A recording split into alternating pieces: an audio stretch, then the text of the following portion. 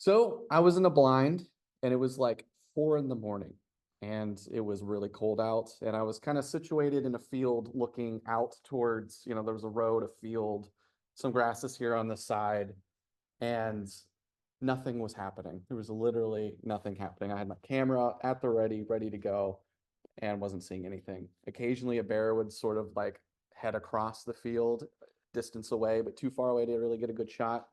Um, but we were there, trying to film something that was incredibly rare, but we just were not seeing it. So I was sitting in this blind for about 4 to 5 hours till the sun kind of rose to a point where we decided that we had to pack it up and do a different type of filming because, we weren't seeing what we needed to see that morning. So we got into a car with cameras out on every window and we drove around this field for 9 hours just looking for the thing that we were there to go film. And as the sun started going down again, it was time to get back in the blind. So we go into the same blind where we were. This time we saw tracks around the blind of the thing that we were looking for, but we missed it every time we passed the blind. And I sat in the blind for another 4 to 5 hours and with the camera out towards this field that was supposed to have the animal that we were there to film. And we did that for 10 days. Every day we'd go out into the blind, drive around, go back into the blind, we pack it up when the sun went down and we weren't able to see anything anymore. The cameras were pretty much useless. So we went back to our little campsite that we had close by in the field. It was surrounded by like electric wire to keep the bears out. We'd heat up beans in a can on a hot plate on this little canvas tent that was getting ripped apart by the wind as we were sleeping in it. And we get up again 4 a.m. the next day and start shooting again. But that was like about halfway through our journey when we started to feel really, really discouraged. Because at the very beginning, when we started and we got to this area, we started in an airplane actually. And it was a single prop airplane. We flew it around and it had these little antennas under the wings that would pick up VHF signals. That's like a radio wave coming from the animals that we were hoping to film. It's a piece of technology that went around the animal that emitted this frequency so that we could pick it up. And we were looking at this map and trying to pinpoint where they were hanging out. And then we sort of figured out what they were doing, where they were hanging out. So then we went to the next step where we got the radio telemetry unit out in a car and we triangulated where they were hanging out. And we were feeling really good because we're like, oh, they're right here. This is going to be so easy. This, or they're going to be out. We're going to be able to film them. So we triangulated that spot. We set up trail cameras all over the place to get some unique behaviors. And we spent the next 10 days just in blinds, driving in blinds, just not seeing anything. And, we were really, really starting to feel like the project that we were working on was going to be missing out on something really incredible and really important because filming this species was, in our minds, very important to this story. And honest to God, I hate to say this because it's such a cliche, but the second to last day, it's pouring rain, it's gray. We're driving around in our car. We got the windshield wipers going. We're like squinting to try to see if we could still see this thing. And on the corner of the field where there's like some reeds and grass and stuff, you can see the triangular face and the big white smile of a red wolf just sitting there. And so we're like, holy shit, there it is. And we're like grabbing cameras and tripods. There's batteries flying everywhere. And like we hop out of the car and we get kind of close. And we're like filming the red wolf and then they like see us and then they get up and they shake and then they just kind of like start moving off and we get a shot of them walking across the field very slowly. And that was like the shot that we needed because, without footage of a wild red wolf, our film definitely wouldn't have had the impact that we were hoping to have. So my name is Justin. Like Sarah said, I'm a wildlife filmmaker, explorer, science communicator, co-founder and director of Running Wild Media, and I have a master's in biology and a bachelor of science in marine biology. But these are my professional affiliations that kind of help me with the things that I'm doing here with Running Wild Media. But my company is Running Wild Media, and we inspire conservation through visual storytelling. And so before I get really into it, I'm just going to show you a quick video. It's like a behind the scenes thing of like how we do our thing.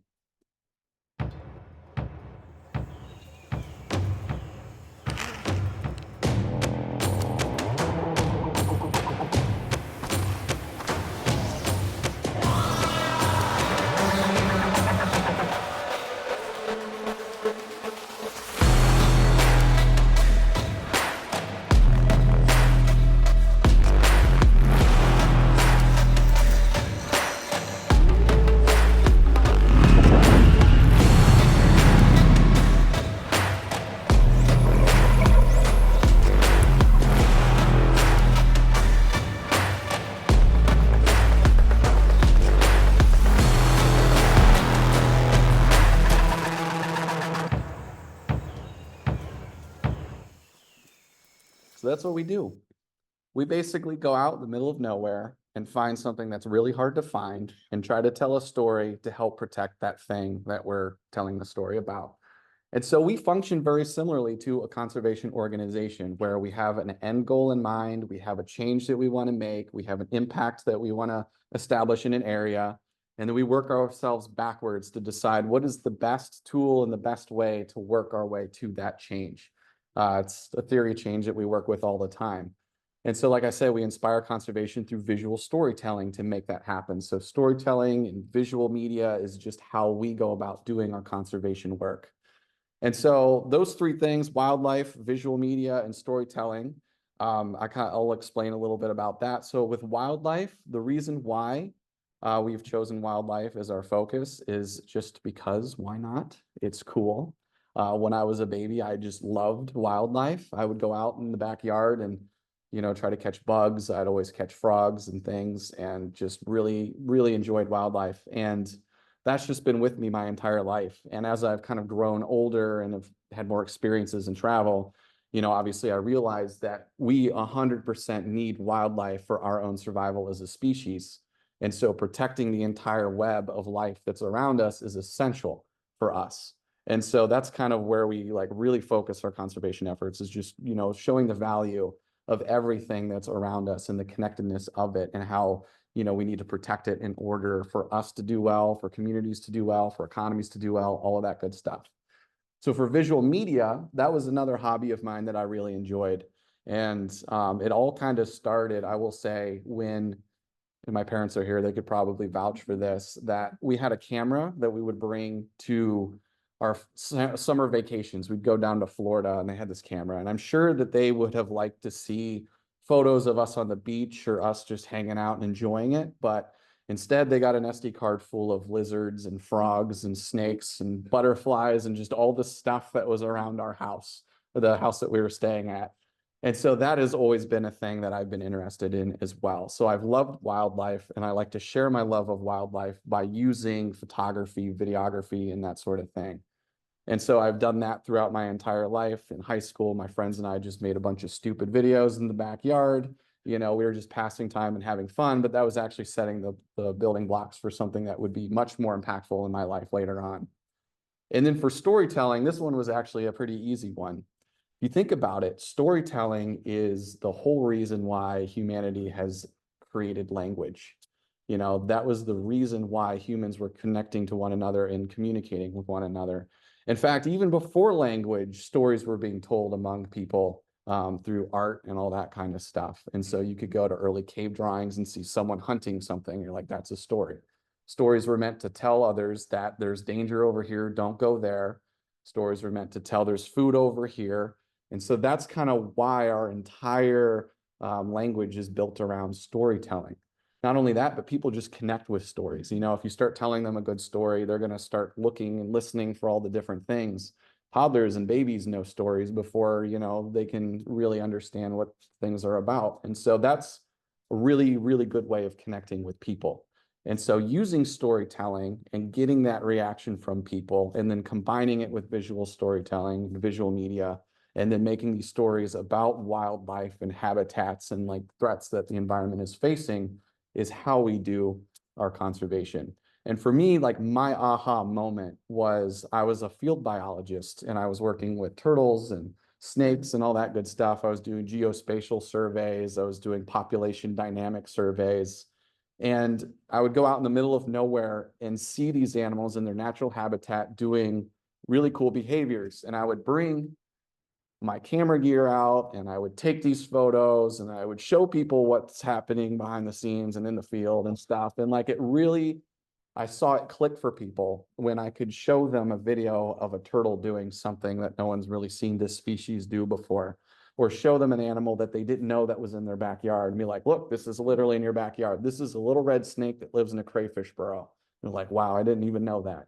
And so that's when it was like, oh, conservation is not necessarily about data collection and our really, detailed understanding of these species. It's more social than that. It's all about getting people behind your cause, getting them on board, them understanding the importance of protecting these species or working in this habitat, or just doing certain things that'll help other people in other areas, because we all live in an environment. And what one person does to the environment impacts a ton of people in the environment, even that if that impact wasn't intended. And so that's sort of the basis of this company. And as you can see, we've got a bunch of different projects that we've been going on. And so what I'm going to do is I'm going to kind of run you through some notable projects that we've worked on very recently, the impact, and I'll also show you some cool videos here, because I can't talk about visual media and not just like show you videos and photos and all the fun stuff. So this project is our most recent film that we have come out with, and this is called Hellbent. And this is a film about hellbenders. Raise your hand if you've heard about a hellbender before. It's a pretty decent amount. Yeah, like 70%, but we're all animal people here, so of course we've heard of hellbenders. Another thing about Running Wild is we like to tell stories that are about species that are not necessarily in the spotlight all the time. So we'll tell stories on hellbenders, or, wolves that people have never heard of, or, fish species that aren't very popular. So that's like trying to give some elevation to a species that no one knows about, but really bringing a new twist on it as to why that animal is important and why people need to protect them. So in this particular case, Hellbent is a story about the hellbender, but it's also a story about a community in Pennsylvania that fought back against fracking in their neighborhood and stopped the installation of an injection well. And so I'm going to show the trailer to this story.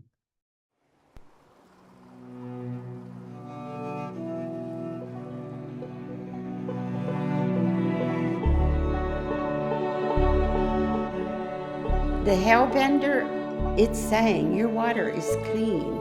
Keep it that way. If it doesn't have clean water, it doesn't survive. If we don't have clean water, we won't survive. So it's all the symbolism of our fight. This is our water. Without water, we cannot live. And when someone tries to take that away from you, you fight for it. That's all we're trying to do, is just say, leave us alone.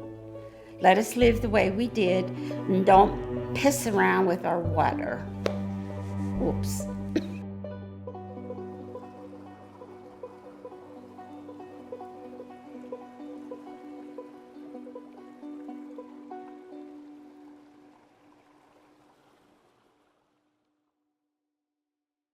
So as you can see, that community had some sass to them and some fire. And throughout the whole film, like, we took advantage of that. They were swearing, they were calling people out, they were just doing their thing.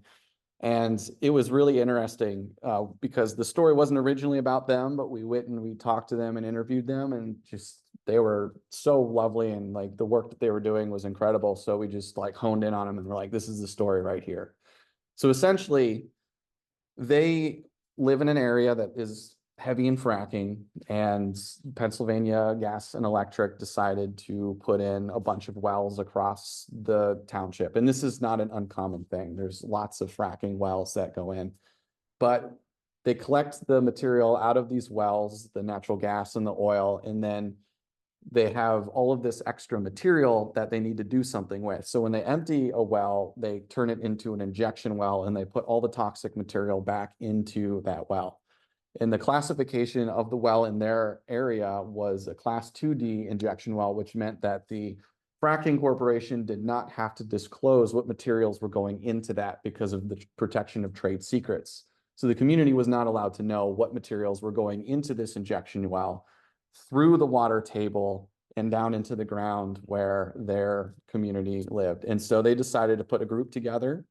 They re-established their governance structure to a home rule charter, and they added rights of nature, and they put the rights of their citizens above the rights of corporations.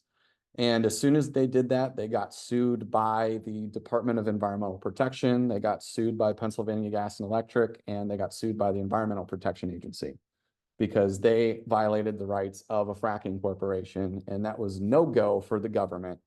And so they did all of these appeals and countersuits and everything, and they dragged this whole thing out for 10 years.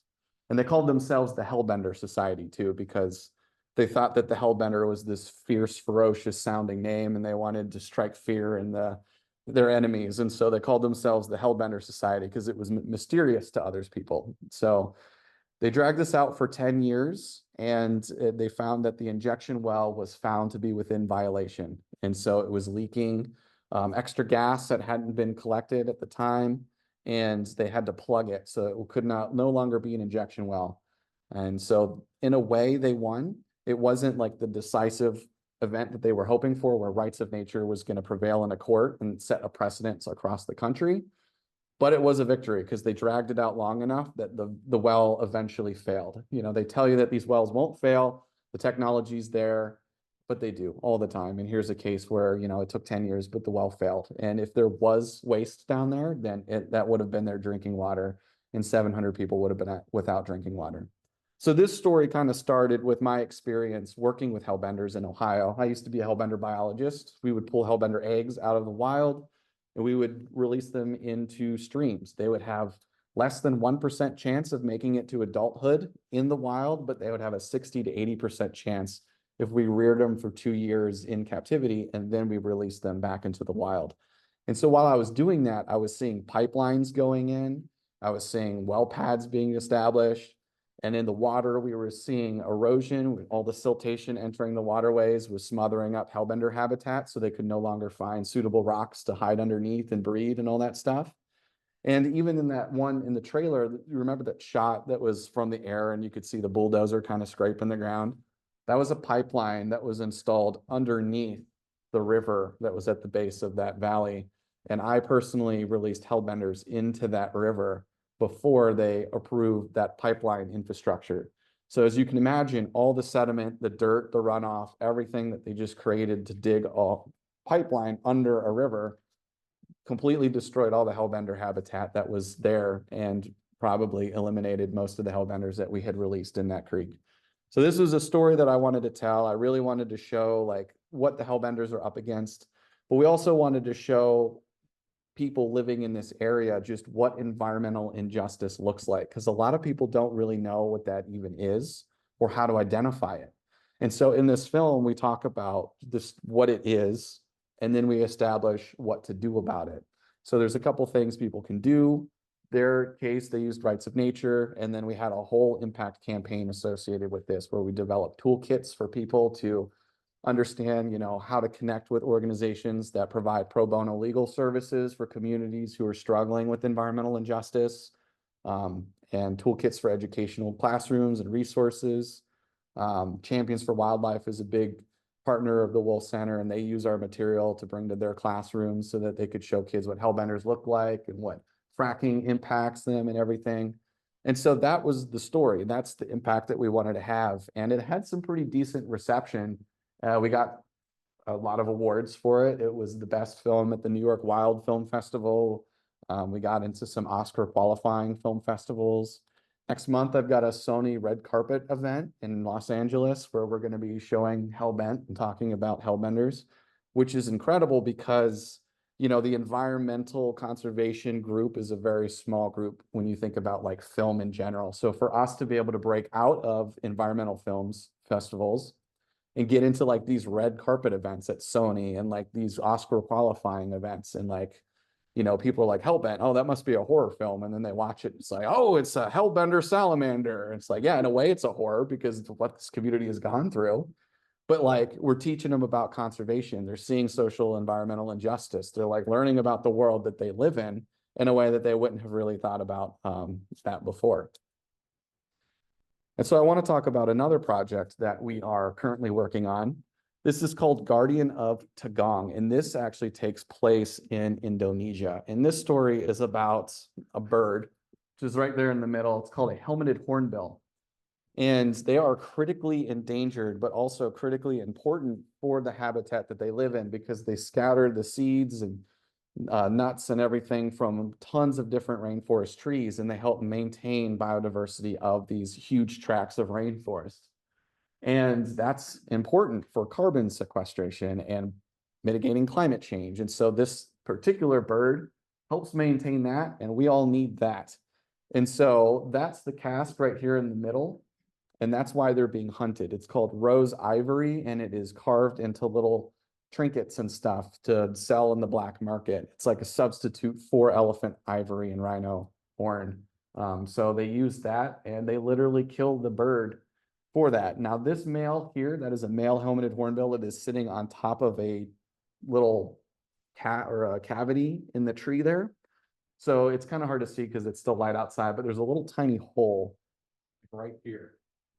And inside that hole is a female and a chick, and they're completely dependent upon that male for a period of 5 months. And the male will go out and find food and just kind of stuff it through that little hole for the female. The problem is when a poacher kills that male bird, it also kills the female and the chick inside. So you lose 3 animals for 1 cask. And there are instances where you go to like an Indonesian airport or something, and there's just boxes of these casks, and you just multiply that out by 3, and you can see that, like, you know, thousands of these birds are being removed from the forest. So this story that we're telling here is about that guy. His name is Pakvera, or Etusius. It's interesting in the villages there. When you have a child, you become Pak, that name of the child. So I am Pak Koda because my new baby boy is 3 months old. His name's Koda, and in the village they call me Pak Koda now. So the story is about him, and he used to actually hunt helmeted hornbills. And that was because he needed to feed his family. He needed to find materials. He needed to afford education for his oldest daughter because he wanted to send her off to university so she could leave the village and start a life of her own. And so that's what he did in order to afford that. But now, because of an organization in partnership with the government working in this particular area, they have developed a ton of opportunities for community members to get their land rights back, to develop new, better governance structures, and to develop alternative, resilient livelihoods that doesn't rely on natural resources, but they get business funding so that they can create actual structured businesses that can support their livelihoods, earn the money so that they can, you know, afford the necessities of life. Because at one point, their land rights were stripped by the Indonesian government. And when your land rights are stripped, you don't have anywhere to farm, you don't have anywhere to live, you don't have anywhere to do anything. All your cultural identity, everywhere that you've known, has been removed, and then you kind of have to start over. And that's what these indigenous communities have had to deal with. And everyone's like, oh, you know, they're just going out and pulling resources and all that kind of stuff because they don't have any other options. And so the story really is about his life, what he's done, and how having that ability to, you know, build that relationship and have a sustainable livelihood has kind of changed the way that they operate. It's not that they want to go out and poach, it's just they have to. And now they have the opportunity to conserve wildlife in their area. So I have a little trailer I'm going to show you about this.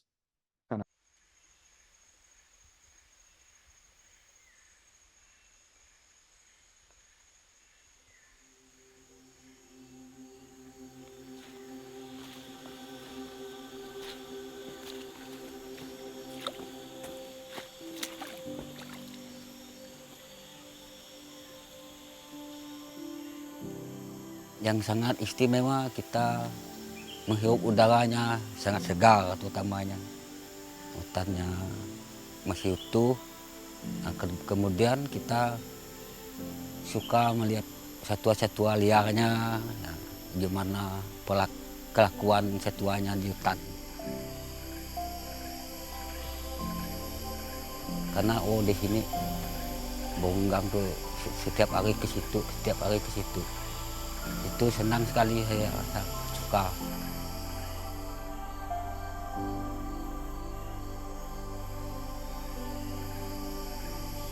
Nah, jadi seperti saya pernah berburu dulu, seperti bonggang yang pernah saya buru. Jadi sekarang saya alami sangat menyesal, sangat rugi lah rasanya. Karena itu dah keterlanjuran kita diburu kan. Nah, jadi sekarang rasanya sangat luar biasa lah saya untuk ikut melindungi, memang untuk melindungi dia. Supaya dia itu bisa berkembang biak lebih baik lagi.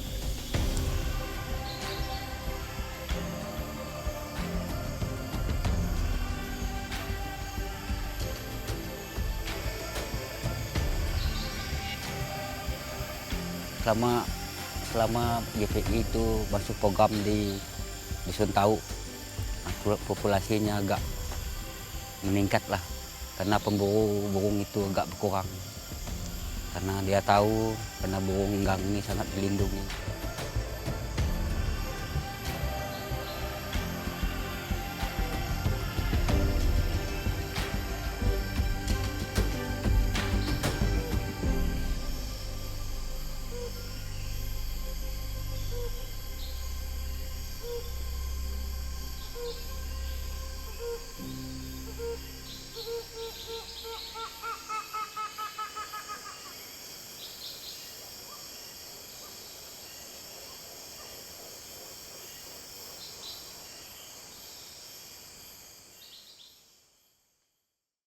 Highlights his story and the story we're trying to tell.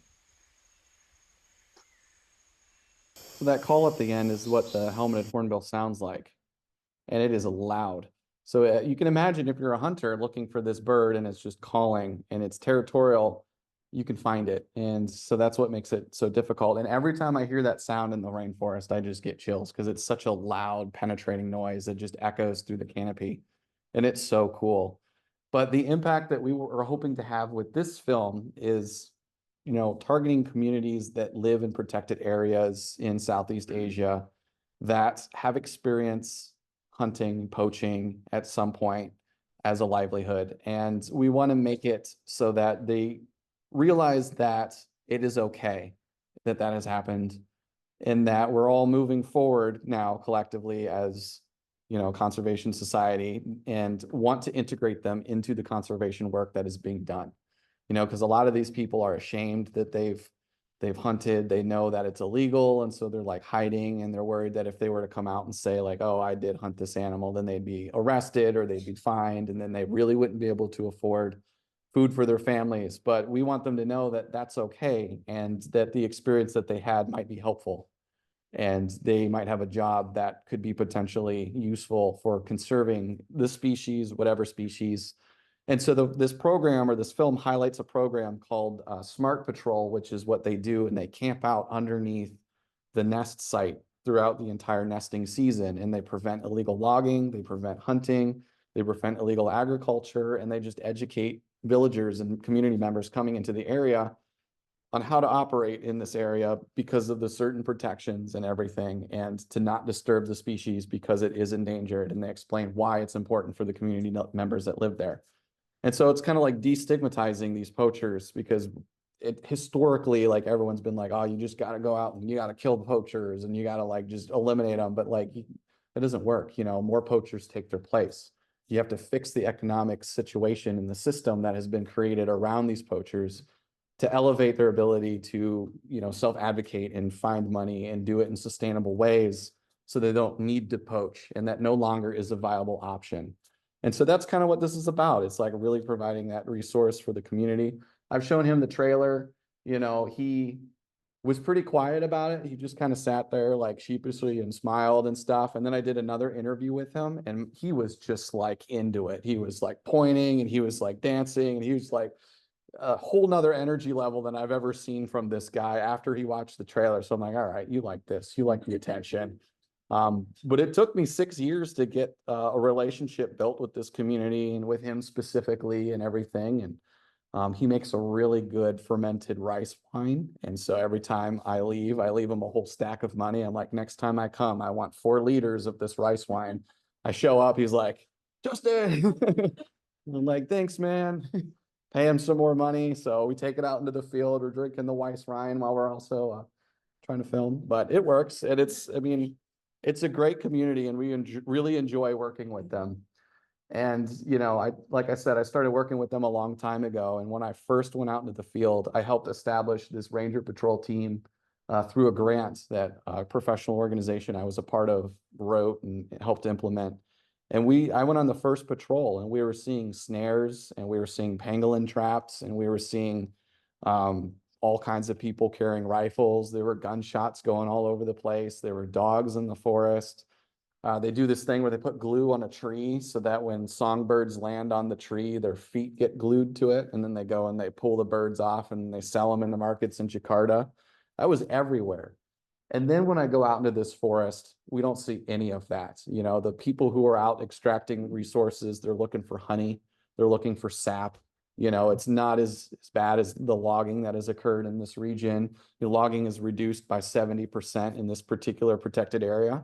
And now we have like 6 or 7 helmeted hornbill nests now that are regularly established. Whereas when I started, there were absolutely no hornbills. You'd hear them occasionally, but that was it.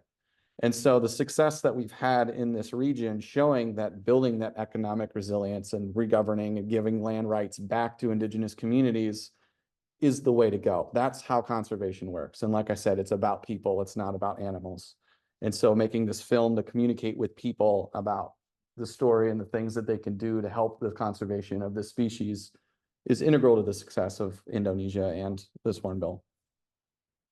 So next project, I'm going to kind of finish the story I started with the red wolves. And so we created that film. It was called Resilience, the story of the American red wolf. And that film was meant to go out to landowners and locals living in North Carolina so that they would kind of know that some big happenings were going to be on the horizon. Historically, U.S. Fish and Wildlife hadn't necessarily been super transparent with what's been going on. You know, maybe 2 decades ago, wolves just sort of showed up on the environment and people were like, what the heck? But now, you know, having a film, being able to explain the misconceptions that people have had with the wolves, showing like how the wolves go from managed care into the wild, all of that kind of stuff, you know, kind of changes the way people think about having these animals on the landscape and also exploring coexistence and everything like that. So this image was an image that I took about a year after our first original film came out. So we created another film that was almost identical to the first one. We just removed some things and added some other stuff to make it a little bit better, because this was an actual climax. This is Vinny. I know U.S. Fish and Wildlife is going to be mad that I called him Vinny. 2282. This animal came from St. Vincent Island in Florida and was the first red wolf to be released in Alligator River National Wildlife Refuge in over a decade. And we were there to film it. And so like there was almost no light when I took this picture. That's why there's like no shadow going on. It's like, and this is a long exposure. So for photographers that are out there in the audience, this is a half-second exposure. And the wolf literally stopped and was there long enough for me to actually get like a decent thing. All the other photos are just blurry and like I had to have a tripod for sure, otherwise this would never have worked out. Yeah, I saw you cringe back there. Wildlife and long exposure do not mix. And so, you know, we were there. They had an acclimation pen where they had this male and a female that had been historically the alpha of Milltail. I think she passed away like 2 years ago. They put them together in this acclimation pen, peeled down the fence, and you know, with other species, whenever you open the container, they come flying out or they just bust across the landscape. Not red wolves. They sit there for hours. And like we were putting a red wolf in an enclosure and Sarah and her team were trying to dump the thing out. And they're like, is it out? Is it out? The crate's like, yeah, like not, you know, kicking it out, but like encouraging the wolf. And the wolf's in the crate like this, just not wanting to come out. So like we had this acclimation pen open at the perfect time. The lighting was beautiful. And the wolf sat there for 6 hours. And then it was like dusk. And then the wolf starts slowly kind of creeping its way out, looking around real suspicious like.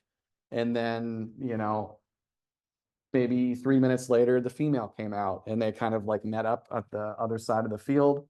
And he stopped long enough for me to get this photo, but we also got the footage of the whole thing.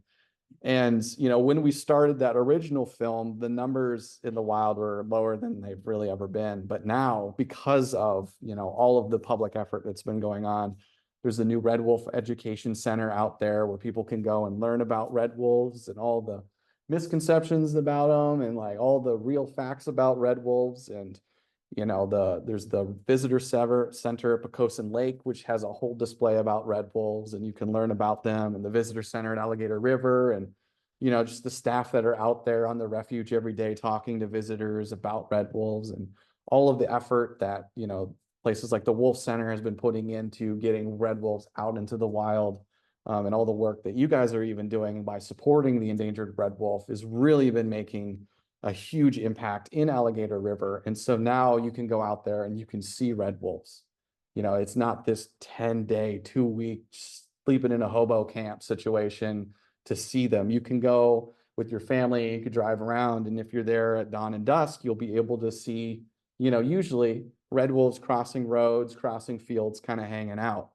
And so it's really exciting to see that. And it's actually attracting a lot of interest in the area. There are photographers that come in regionally now, not just from cities close by North Carolina. It's now a regional thing where people are coming in from other states. People are flying in because they want to go see the red wolves in the wild. They go to Yellowstone to look at the gray wolves. They'll never go see a Mexican wolf, but they can go to North Carolina to go see red wolves. And so what's exciting about that is that kind of leads us into our exciting announcement. I'm sure you've seen like little snippets and like teasers about it. But we're going to be offering a trip through the Endangered Wolf Center where you guys can go and see red wolves in the wild. And we'll go to Alligator River and we'll do a whole bunch of really cool stuff. You know, we're going to go to the education center. We're going to be able to meet with biologists and people who are working with the species out in the field.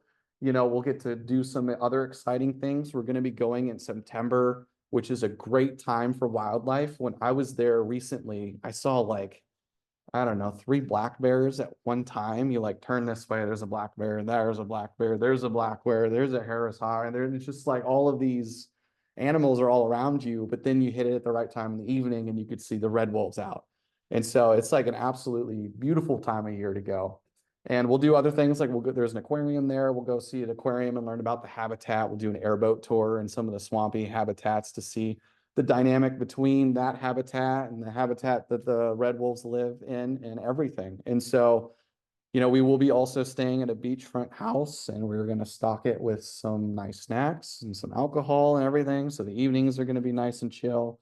But yeah, it's going to be a good time and there's going to be a lot of hands-on photography training. So if there's anyone here who's like really interested in, you know, learning more about photography or videography, I will be there. I'll be explaining all the photography things. Hopefully you don't have to do a 1/2-second shutter on a wolf. It'll be a little bit better, but if you have to, I'll show you how to do that. And then the other plan is to have Sarah go with me to talk about the red wolf conservation and share a lot of the things that the Wolf Center is doing to help support this animal in the wild. And so tickets are $5,500. There's a little built-in donation there for the Wolf Center to continue supporting the work that's being done here. And we'll get a little bit more into it. We've got waivers, or not waivers, flyers. Waivers come later. Flyers for you guys to take a look at. We have an itinerary that's kind of outlined in there. So you could see what the day-to-day is. You know, there's some flexibility that's built in because of the weather. Sometimes, you know, you might get some rain and we can move things around, but that's generally the itinerary. We have a lot of fun activities, a lot of game drives planned to go out there and really get a chance to see these animals and connect with the habitat. And then there's a sign-up sheet, I believe, if you want to put your email down or your number down where you can get more information about what the trip is about. We can provide all of that information for you so you can see, you know, exactly what we'll be doing. And you can ask more questions if you don't think of them tonight. And with that, I'll give a quick thank you. Here's my social media stuff.